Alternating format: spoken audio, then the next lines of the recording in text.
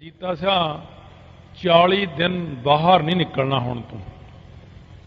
ਇੱਕ ਕਮਰੇ 'ਚ ਵਾੜਤਾ ਉਹਨੂੰ, ਕਹਿੰਦੇ ਰੋਟੀ ਪਾਣੀ ਬਣਿਆ ਬਣਾਏ ਤੈਨੂੰ ਅੰਦਰ ਹੀ ਮਿਲੂਗਾ। 40 ਦਿਨ 'ਚ ਨਾ ਹੁਣ ਤੂੰ 1.25 ਲੱਖ ਪਾਠ ਕਰਨਾ ਰਾਗਮਾਲਾ ਦਾ। 1.25 ਲੱਖ ਪਾਠ ਤੇ ਟਾਈਮ ਬਹੁਤ ਲੱਗ ਜਾਂਦਾ ਰਾਗਮਾਲਾ ਦੇ। ਕਹਿੰਦੇ ਭਾਵੇਂ ਤੈਨੂੰ ਲੱਗਣ 18 ਘੰਟੇ, ਭਾਵੇਂ ਲੱਗਣ 20 ਘੰਟੇ, ਤੂੰ ਹੁਣ ਇੱਕ ਵਾਰੀ 40 ਦਿਨ ਲਾ ਕੇ ਫੇਰ ਹੀ ਬਾਹਰ ਨਿਕਲੀ। 40 ਦਿਨਾਂ ਬਾਅਦ ਜਦੋਂ ਬਾਹਰ ਨਿਕਲਿਆ ਸਟੇਜ ਤੇ, ਉੱਥੇ ਉਹੀ ਸਮਾਗਮ ਉਹਨਾਂ ਦਾ ਫੇਰ ਆ ਗਿਆ। ਜਾ ਕੇ ਟਾਈਮ ਮੰਗਿਆ, ਕਹਿੰਦੇ ਤੈਨੂੰ ਟਾਈਮ ਵੀ ਦੇਣਗੇ। ਹੁਣ ਟਾਈਮ ਮਿਲ ਗਿਆ। ਪੇਟੀ ਕਹਿੰਦੇ ਵਾਜੇ ਨੂੰ, ਕਹਿੰਦੇ ਆ ਪੇਟੀ ਲੈ ਲਓ। ਕਹਿੰਦੇ ਪੇਟੀ ਤਾਂ ਉੱਥੇ ਹੀ ਪਰੇ ਕਿ ਰੱਖ ਦਿਓ ਜਰਾ। ਜਦ ਭਾਈ ਜੀਤਾ ਸਿੰਘ ਨੇ ਬਸੰਤ ਰਾਗ ਦਾ ਆਲਾਪ ਛੇੜਿਆ, ਵਾਜਾ ਆਪੇ ਵੱਜਣ ਲੱਗ ਪਿਆ। ਉਹਨੂੰ ਕੋਈ ਨਹੀਂ ਸੀ ਵਜਾਉਂਦਾ ਵਾਜੇ ਨੂੰ। ਜਦ ਉਹਨਾਂ ਨੇ ਦਿੱਤੇ ਸੀ 2 ਮਿੰਟ, ਪੂਰੇ 4 ਘੰਟੇ ਰਾਗ ਲਾਪਿਆ ਉਹਨੇ। 4 ਘੰਟੇ ਸਾਰੀ ਸਭਾ 'ਚ ਮੌਨ ਛਾ ਗਿਆ।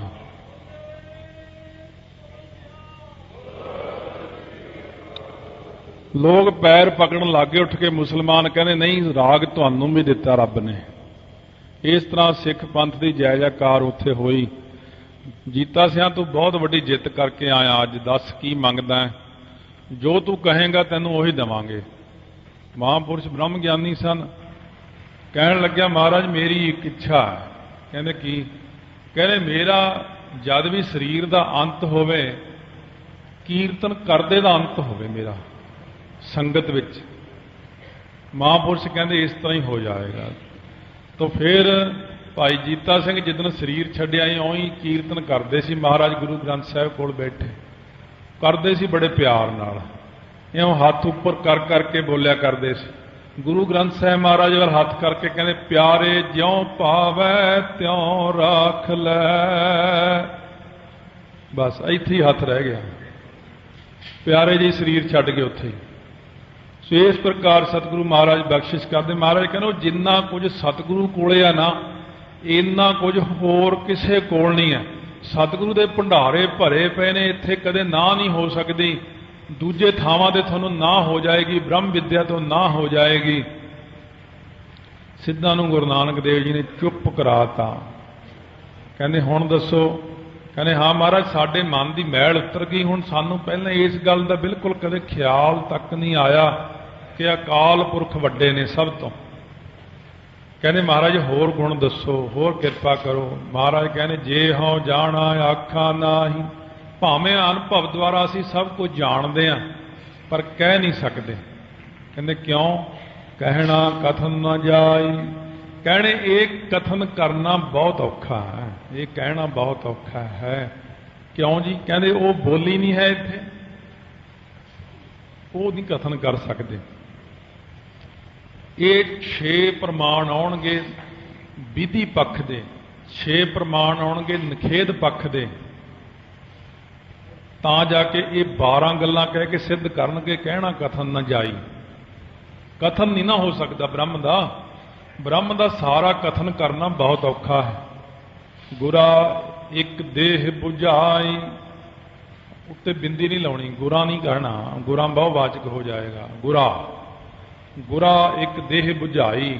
ਮੈਨੂੰ ਤਾਂ ਅਕਾਲ ਪੁਰਖ ਨੇ ਇੱਕੋ ਹੀ ਸਮਝਾ ਦਿੱਤੀ ਹੈ ਗੱਲ, ਇੱਕੋ ਹੀ ਜਿਹੜਾ ਮੇਰੇ ਮਨ ਦੇ ਅੰਦਰ ਸੋਝੀ ਦੇ ਦਿੱਤੀ ਹੈ। ਸਭਨਾ ਜੀਆਂ ਕਾ ਇੱਕ ਦਾਤਾ, ਕਿ ਸਾਰਿਆਂ ਜੀਆਂ ਦਾ ਇੱਕੋ ਹੀ ਦਾਤਾ, ਚਾਹੇ ਉਹ ਈਸ਼ਰ ਹੈ, ਚਾਹੇ ਬ੍ਰਹਮਾ ਵਿਸ਼ਨੂੰ ਮਹੇਸ਼ ਹੈ, ਚਾਹੇ ਉਹ ਤੁਹਾਡੀਆਂ ਦੇਵੀਆਂ ਨੇ, ਚਾਹੇ ਦੇਵਤੇ ਨੇ, ਚਾਹੇ ਮਨੁੱਖ ਨੇ, ਚਾਹੇ ਉਹ ਦੈਂਤ ਨੇ, ਚਾਹੇ 84 ਲੱਖ ਜੂਨ ਹੈ। ਸਾਰਿਆਂ ਦਾ ਦਾਤਾ ਇੱਕ ਵਾਹਿਗੁਰੂ ਹੈ, ਸੋ ਮੈਂ ਵਿਸਰ ਨਾ ਜਾਈ। ਇਸ ਕਰਕੇ ਉਹ ਮੈਨੂੰ ਵਾਹਿਗੁਰੂ ਭੁੱਲ ਨਾ ਜਾਵੇ, ਇਹ ਸਿੱਖਿਆ ਮੈਨੂੰ ਭੁੱਲ ਨਾ ਜਾਵੇ ਕਿ ਸਭਨਾ ਜੀਆਂ ਕਾ ਇੱਕ ਦਾਤਾ। ਇਹ ਸਿੱਖਿਆ ਮੈਨੂੰ ਹਮੇਸ਼ਾ ਯਾਦ ਰਹੇ ਤੇ ਉਹ ਦਾਤਾ ਵੀ ਨਾ ਭੁੱਲੇ ਤੇ ਇਹ ਸਿੱਖਿਆ ਵੀ ਨਾ ਭੁੱਲੇ। ਮਹਾਰਾਜ ਨੇ ਇੱਥੋਂ ਤੱਕ ਉਹਨਾਂ ਦੀ ਤਸੱਲੀ ਕਰਾਈ ਹੈ ਸਿੱਧਾਂ ਦੀ। ਇਹਦੇ ਨਾਲ ਹੀ ਕੱਲ ਨੂੰ ਅੱਗੇ ਸ਼ਰਵਣ ਕਰਾਂਗੇ। ਇਸੇ ਪੌੜੀ ਦੇ ਵਿੱਚ ਦੂਸਰਾ ਭਾਵ ਸਿੱਖ ਪ੍ਰਤੀ ਉਪਦੇਸ਼ ਕਰਨਗੇ ਮਹਾਰਾਜ, ਤੇ ਨਾਲੇ ਇਹ ਵੀ ਜਿਹੜੀਆਂ ਮੰਨਣ ਦਾ ਕੀ ਭਾਵ ਹੈ ਤੇ ਸ਼ਰਵਣ ਦਾ ਕੀ ਭਾਵ ਹੈ, तो ये जिहड़ा कहना कथन ना जाइए क्यों कहा महाराज ने, ये हले अपना कल नूं प्रारंभ होवेगा। सतगुरु महाराज बख्शिश करनगे। इउं है कि गुरु नानक दे घर दे च ज्ञान की कोई कमी नहीं है, पर यह है भी ज्ञान नूं देण वाले जिहड़े ने जां अग्गों सुणन वाले ने, सुणाउण वाले साखियां बहुतियां सुणाउंदे संगत नूं, ते संगत भी साखियां सुन के कहंदी वाह आनंद आ गया, बस साखियां सुन के खुश रहे ने। ਜਾਂ ज्ञान की गल करो तो ज्ञान की सुनो तो ज्ञानी तुसी भी बनो, ज्ञानवान बन के अगे सिੱਖੀ का प्रचार करो। गुरसिख मिल के सारे अपने बच्चों को प्रचार करो, रिश्तेदारों को प्रचार करो। भाई सारे ये गल सुन लो, गुरा एक देह बुझाई, सबना जिया का एक दाता, सो मैं बिसर न जाई। वाहे गुरु वाहे गुरु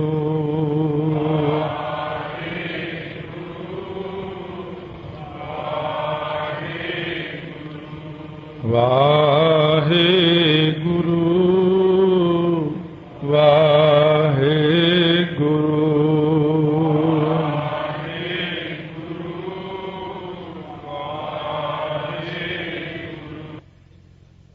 हुण गुरसिख बेनती करते हैं कि वह अकाल पुरख वाहिगुरु कैसा है, किरपा करके दसो। तो महाराज सच्चे पातशाह कहते थापिया ना जाए, वो थापिया नहीं जाता।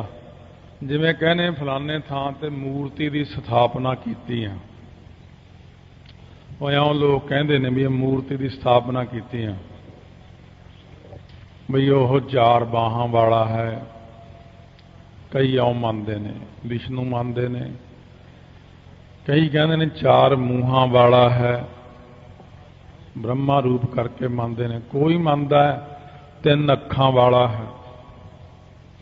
सो इस प्रकार उहदी मूर्ति नूं मन के फिर उहदा ध्यान करके फिर वो जाप उहदा करना।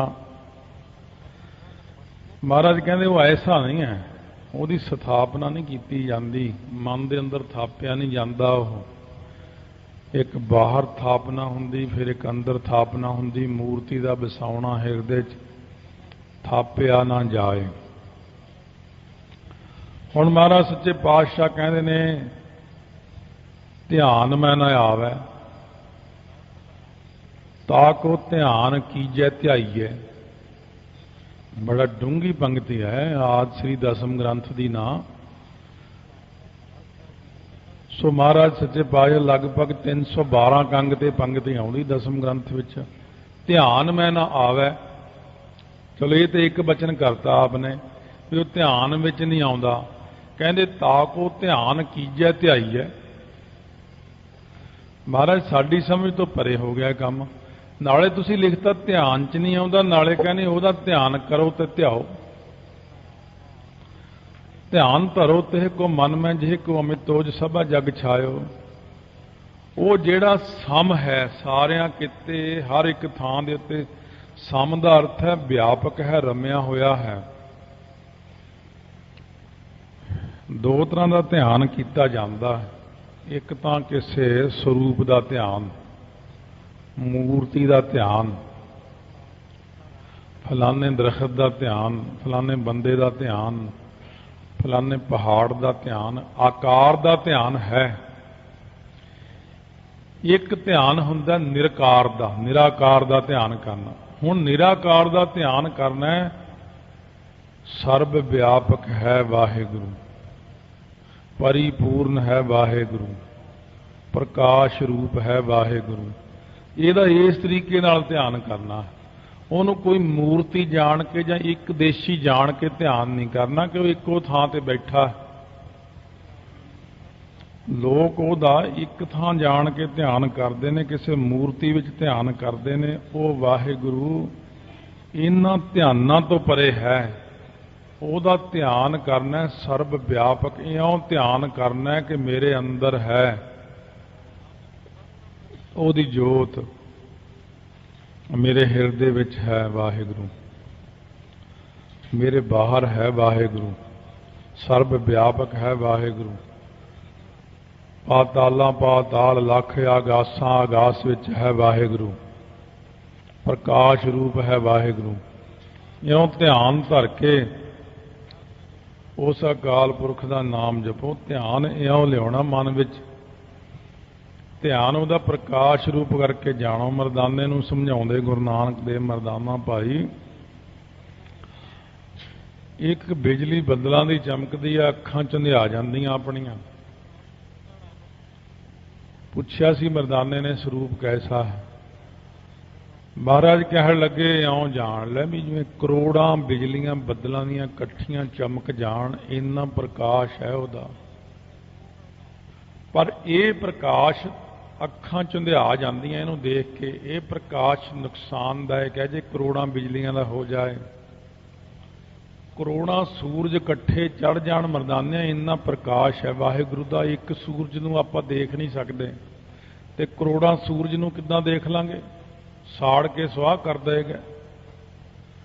पर मरदाना भाई बिल्कुल इस तो उल्ट है। वह करोड़ां सूरजां दे प्रकाश, इन्ना प्रकाश होने के बावजूद भी वह इन्ना शांत है तो इन्ना ठंडा है कि जिन्हों एक बार दर्शन हो गए तपत कड़ाहा बुझ गया गुर शीतल नाम दी। ਉਹਦੇ अंदर इन्नी ठंड पा दिंदा, ਉਹ इन्ना प्रकाश होने के बावजूद भी वह ठंडा है। इउं ध्यान करना ਉਹਦਾ, क्योंकि जे आप एक अंगी दृष्टांत लैने कि किसी बंदे नूं कहिए करोड़ां सूरजां वर्गा है प्रकाश, हुण आम बंदा ये गल ਉਹਦੇ चों लै लेगा, अच्छा फिर तो अग ला देगा, साड़ देगा सानू। पर नाल उहनूं ये दसना पैंदा कि प्रकाश तो करोड़ां सूरजां जिन्ना है, पर ठंड उहदे च इन्नी है जिन्ने कि करोड़ां हिमालय पर्बत इकट्ठियां ते बर्फ पै जावे। कमाल दी गल, ठंडा सूरज है। दो गल्लां किवें हो गईयां?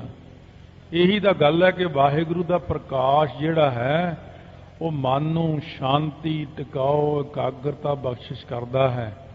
ਉਹਦਾ प्रकाश बहुत ही शांतमई है, क्योंकि जिहड़ा सूरज का प्रकाश है, अग का प्रकाश है, बिजली का प्रकाश है, बदलों वाली बिजली का,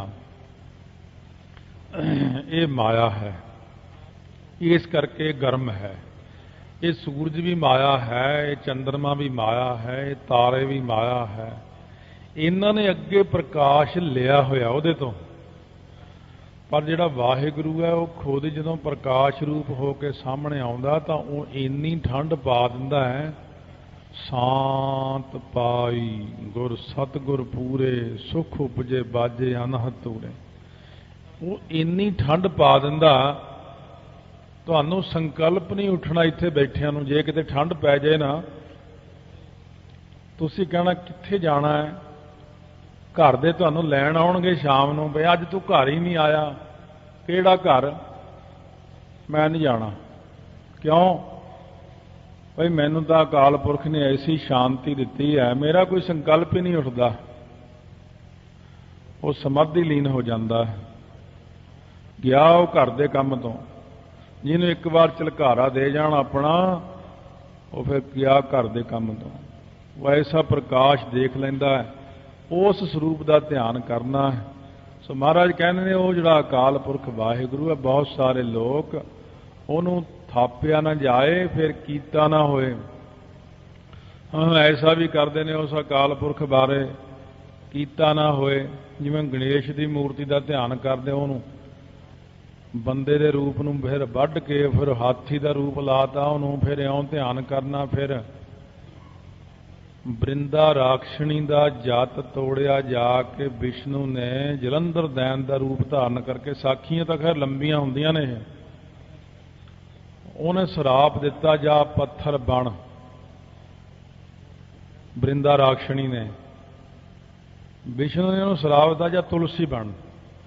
पत्थर बनांगा तां भी तुलसी जिहड़ी है वो फिर भी लोग भेटा लिया के मेरे उपर ही चढ़ाउणगे। हुण गंडका नदी है एक, गंडका नदी दे विच पत्थर जिन्ने भी मिलते हैं छोटे छोटे, उन्हां च चिट्टे रंग की लकीर हुंदी है। ਸੋ ਇਸ ਪ੍ਰਕਾਰ ਉਹਨੂੰ ਇਹਨਾਂ ਨੇ ਕਲਪਿਤ ਕਰ ਲਿਆ ਕਿ ਇਹ ਵਿਸ਼ਨੂੰ ਜੀ ਹੈ। ਇਹ ਕਲਪਿਤ ਕਰ ਲਿਆ ਮਨ ਦੇ ਅੰਦਰ, ਕਿਉਂਕਿ ਸਿੱਧਾਂ ਨਾਲ ਚਰਚਾ ਹੈ, ਉਹਨਾਂ ਦੇ ਢੰਗ ਨਾਲ ਹੀ ਉਹਨਾਂ ਨੂੰ ਸਮਝਾਇਆ ਜਾਣਾ। ਤੇ ਹੁਣ ਗੁਰਸਿੱਖ ਵੀ ਪ੍ਰਸ਼ਨ ਕਰਦੇ ਨੇ ਆਪਣਾ, ਸਤਿਗੁਰੂ ਮਹਾਰਾਜ ਗੁਰਸਿੱਖਾਂ ਨੂੰ ਵੀ ਸਮਝਾਉਂਦੇ ਨੇ ਵੀ ਇਸ ਤਰ੍ਹਾਂ ਦਾ ਧਿਆਨ ਨਹੀਂ ਹੈ। ਸਮਾਂ ਕਿਹੜਾ, ਜਦੋਂ ਚਰਚਾ ਹੋ ਰਹੀ ਹੈ ਗੁਰਸਿੱਖਾਂ ਨਾਲ ਵੀ, ਸਮਾਂ ਗੁਰੂ ਨਾਨਕ ਦੇਵ ਜੀ ਵਾਲਾ ਹੈ, ਯਾਦ ਰੱਖਣਾ ਇਹ। ਉਹ ਗੁਰੂ ਨਾਨਕ ਦੇਵ ਜੀ ਵੇਲੇ ਹੋਰ ਕੋਈ ਪ੍ਰਮਾਣ ਦੇ ਨਹੀਂ ਨਾ ਸਕਦੇ। ਜਿਵੇਂ ਕੋਈ ਢਾਡੀ ਆ ਪ੍ਰਮਾਣ ਮੈਂ ਸੁਣਾਉਣਾ, ਉਹ ਕਈ ਅਣਜਾਣ ਜਿਹੇ ਹੁੰਦੇ, ਨਵੇਂ ਨਵੇਂ ਬਣੇ ਪਿੰਡ ਵਿੱਚ ਅਕਾਰੇ ਨੇ। ਹੁਣ ਅਸੀਂ ਤਾਂ ਉਹ ਗੱਲ ਫੜ ਲਈ, ਆਮ ਲੋਕ ਨਹੀਂ ਫੜਦੇ। ਗੱਲ ਹਾਸੇ ਦੀ ਵੀ ਹੋ ਗਈ। ਕਹਿਣ ਲੱਗਿਆ ਵੀ ਗੁਰੂ ਨਾਨਕ ਦੇਵ ਜੀ ਮਾਤਾ ਸੁਲੱਖਣੀ ਜੀ ਨੂੰ ਕਹਿੰਦੇ ਵੀ ਜਿਵੇਂ 10ਵੇਂ ਪਾਤਸ਼ਾਹ ਨੇ ਆਪਣੇ ਚਾਰੇ ਸਾਹਿਬਜ਼ਾਦੇ ਸ਼ਹੀਦ ਕਰਵਾਤੇ, ਅਸੀਂ ਵੀ ਸ੍ਰੀ ਚੰਦ ਲక్ష్ਮੀ ਚੰਦਨ ਜੀ ਨੂੰ ਇਸੇ ਪ੍ਰਕਾਰ ਹੀ ਧਰਮ ਦੇ ਕਾਰਜਾਂ ਵਿੱਚ ਹੀ ਲਾ ਦਿਆਂਗੇ। ਉਹਦੇ ਲੋਕ ਜਕਾਰਾ ਛੱਡ ਦਿੰਦੇ। ਪ੍ਰਮਾਣ ਦੇਖੋ ਤੁਸੀਂ, ਪ੍ਰਮਾਣ ਕੀ ਦਿੰਦਾ? ਕਹਿੰਦਾ ਜਿਵੇਂ 10ਵੇਂ ਪਾਤਸ਼ਾਹ ਨੇ। ਕੌਣ ਕਹਿੰਦਾ? ਗੁਰੂ ਨਾਨਕ ਦੇਵ ਜੀ। ਇਸ ਕਰਕੇ ਗੁਰੂ ਨਾਨਕ ਦੇਵ ਜੀ ਦੇ ਵੇਲੇ ਹਲੇ ਸਿੱਖ ਧਰਮ ਪ੍ਰਚਲਿਤ ਨਹੀਂ ਸੀ ਪੂਰੀ ਤਰ੍ਹਾਂ ਹੋਇਆ। ਉਦੋਂ ਇਹੋ ਜਿਹੇ ਪ੍ਰਮਾਣ ਦੇਣੇ ਪੈਂਦੇ ਸੀ ਮਹਾਰਾਜ ਨੂੰ। ਮਹਾਰਾਜ ਕਹਿੰਦੇ ਫਿਰ ਉਹ ਜਿਹੜਾ ਧਿਆਨ ਧਰਨਾ ਨਾ ਮਨ ਦੇ ਅੰਦਰ, ਫਿਰ ਗੰਡਕਾ ਨਦੀ ਦਾ ਪੱਥਰ ਹੈ, ਉਹਦੇ ਧਾਰੀ ਹੈ, ਉਹਦਾ ਫਿਰ ਵਿਸ਼ਨੂੰ ਰੂਪ ਧਿਆਨ ਕਰਨਾ ਹੈ। ਇਹਨੂੰ ਪ੍ਰਤੀਕ ਉਪਾਸ਼ਨਾ ਕਹਿੰਦੇ ਨੇ। ਇਉਂ ਕਰਨ ਨੂੰ ਮਹਾਰਾਜ ਕਹਿੰਦੇ ਨੇ ਉਹ ਕੀਤਾ ਨਾ ਹੋਏ, ਉਹ ਇਸ ਪ੍ਰਕਾਰ ਵੀ ਨਹੀਂ ਹੋ ਸਕਦਾ ਕਿ ਉਹਦੀ ਪ੍ਰਤੀਕ ਉਪਾਸ਼ਨਾ ਕੀਤੀ ਜਾ ਸਕੇ। ਤੀਜੇ ਪ੍ਰਕਾਰ ਦੀ ਉਪਾਸ਼ਨਾ ਅੰਗਰੇ ਉਪਾਸ਼ਨਾ ਹੈ। ਅਹੰ ਬ੍ਰਹਮ ਅਸਮੀ, ਮੈਂ ਹੀ ਬ੍ਰਹਮ ਹਾਂ। ਇਹ ਉਪਾਸ਼ਨਾ ਕਰਦੇ ਨੇ ਕਈ ਲੋਕ। ਸੋ ਹੰ ਸੋ ਹੰ, ਸੋ ਉਹ ਜੋ ਪਰਮੇਸ਼ਰ ਹੈ, ਹੰ ਮੈਂ ਹਾਂ। ਇਸ ਤਰ੍ਹਾਂ ਦੀ ਉਪਾਸ਼ਨਾ ਨਾਲ ਵੀ ਉਹਦੀ ਪ੍ਰਾਪਤੀ ਨਹੀਂ ਹੁੰਦੀ, ਕਿਉਂਕਿ ਇਹ ਉਪਾਸ਼ਨਾ ਨਵੇਂ ਜਗਿਆਸੂ ਲਈ ਗਲਤ ਹੈ। ਜਦ ਆਪਾਂ ਉਹ ਬ੍ਰਹਮ ਬਣੇ ਨਹੀਂ, ਜਦ ਪਹਿਲਾ ਹੀ ਸਾਲ ਚੱਲਦਾ MBBS ਵਿੱਚ, ਤਾਂ ਕੀ ਉਹਨੂੰ ਹੁਣ ਡਾਕਟਰ ਕਹੀਏ? ਨਹੀਂ, ਹਾਲੇ ਉਹ ਕੱਚਾ ਹੈ।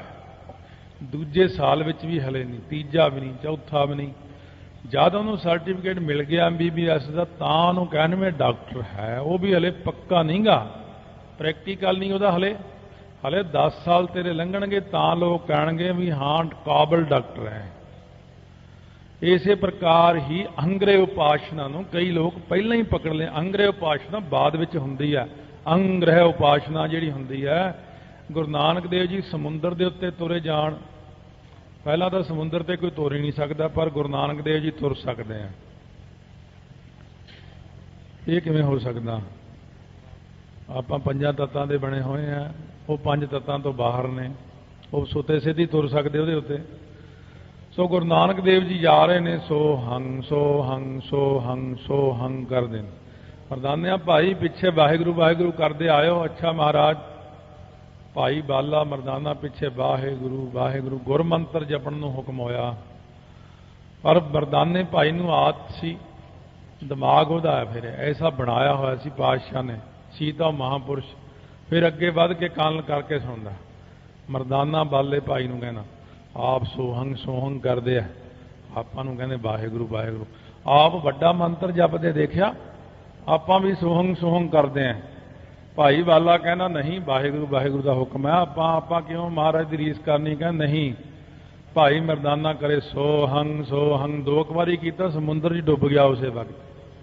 ਅਰੇ ਹੁਬ, ਉਹ ਬਾਹਰ ਕੱਢੋ, ਮੇਰੇ ਮੂੰਹ 'ਚ ਪਾਣੀ ਪੈ ਗਿਆ, ਛਾਲਾਂ ਜੀਆਂ ਮਾਰੇ। ਮਹਾਰਾਜ ਭਾਈ ਬਾਲਾ ਕਹਿੰਦਾ ਮਹਾਰਾਜ ਇਹ ਡੁੱਬ ਗਿਆ। ਭਾਈ ਮਰਦਾਨਾ ਮਹਾਰਾਜ ਗੁਰੂ ਨਾਨਕ ਦੇਵ ਜੀ ਕਹਿੰਦੇ ਮਰਦਾਨਿਆਂ ਕਹੋ ਗੱਜ ਕੇ ਸਤਨਾਮ ਸ੍ਰੀ ਵਾਹਿਗੁਰੂ, ਸਤਨਾਮ ਸ੍ਰੀ ਵਾਹਿਗੁਰੂ ਸਾਹਿਬ ਜੀ, ਸਤਨਾਮ ਸ੍ਰੀ ਵਾਹਿਗੁਰੂ ਸਾਹਿਬ ਜੀ, ਸਤਨਾਮ ਸ੍ਰੀ ਵਾਹਿਗੁਰੂ ਸਾਹਿਬ ਜੀ, ਸਤਨਾਮ ਸ੍ਰੀ ਵਾਹਿਗੁਰੂ।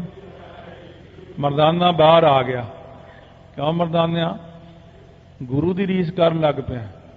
ਗੁਰ ਕਹਿਆ ਸਾਕਾਰ ਕਮਾਵੋ, ਗੁਰ ਕੀ ਕਰਨੀ ਕਾਹੇ ਤਾਵੋ। ਜਿਹੜੀ ਗੁਰੂ ਨੇ ਗੱਲ ਕਹੀ ਉਹ ਗੁਰ ਸਿੱਖੋ ਕਮਾਓ। ਤੁਸੀਂ ਗੁਰੂ ਦੀ ਰੀਸ ਕਿਉਂ ਕਰਨ ਲੱਗ ਜਾਂਦੇ ਹੋ? ਗੁਰੂ ਸਮਰੱਥ ਹੈ, इस करके समर्थ की रीस ना करो। ਇੱਥੇ कई लोग देखे ने, कई संगत विच भी होर गुरुद्वारिਆਂ ਵਿੱਚ भी एक दो ने प्रश्न किए, कहने मैं फलाने कोई निर्मले संत ने पता नहीं किहड़े ने, उन्होंने कोल गया, मैनूं उन्होंने ना जाप दिता। मैं किहड़ा? कहना सोहंग सोहंग। मैं कहा वो मरदाना डुब गया, तू भी डुबेगा फिर। वो गुरु नानक देव जी ने आपां नूं वाहिगुरू वाहिगुरू जपण लई कहा। हाई क्लास की डोज पहले ही भाई, एक बच्चा हुण महीने का हले जम्मिया, हुण जम्मिया, उन्होंने बहुत लाइट डोज देनी पैंदी है उन्होंने। तो जदों हाई क्लास ਉਹਨੂੰ DS ਦੇ ਦਈਏ ਸੈਪਟਰਨ, ਫਿਰ ਤਾਂ ਉਹ ਮਰਿਆ ਹੀ, ਲਓ ਹੁਣੇ ਮਰੂਗਾ ਉਹ।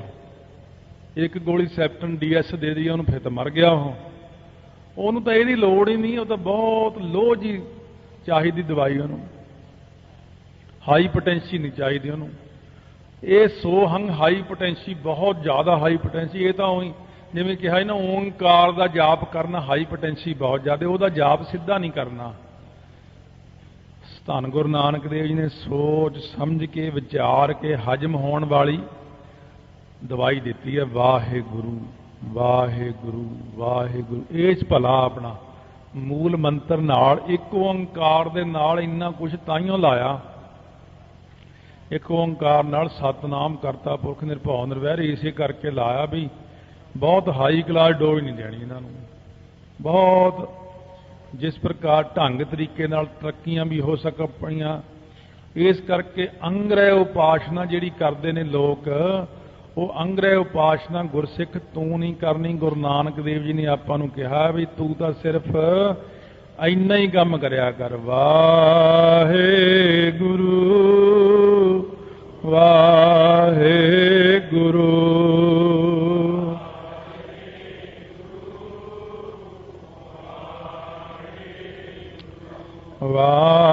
वाहिगुरू वाहिगुरू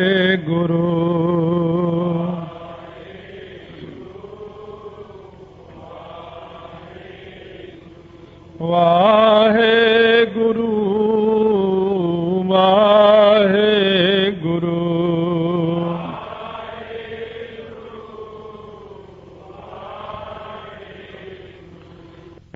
सो सतगुरु महाराज सच्चे पातशाह ने आपां नूं उपदेश कीता है कि थापिया ना जाए कीता ना होए।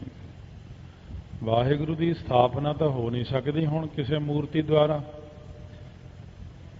ना मन दे अंदर ना कीता होए। प्रतीक उपासना भी कल आपां कही, ना ही अपने किसी साधन के द्वारा उस वाहिगुरू नूं प्रगट किया जा सकता,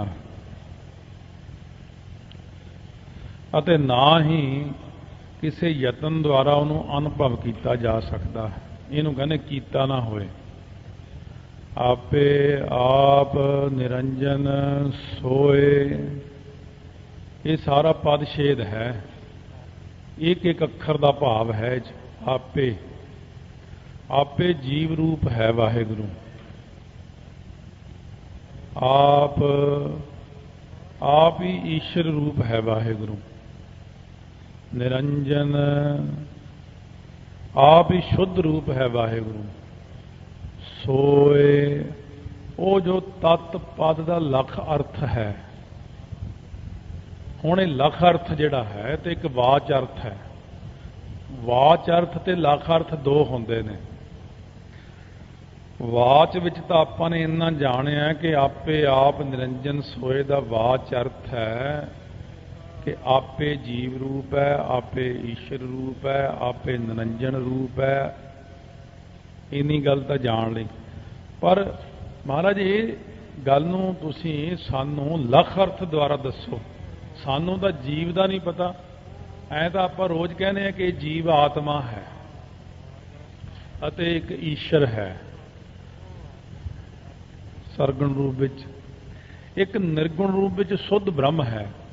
ये तीन ने ते इन्हां दा लख अर्थ की है? लख अर्थ हुंदा लक्षण दे के दसना, लक्षण निशानियां।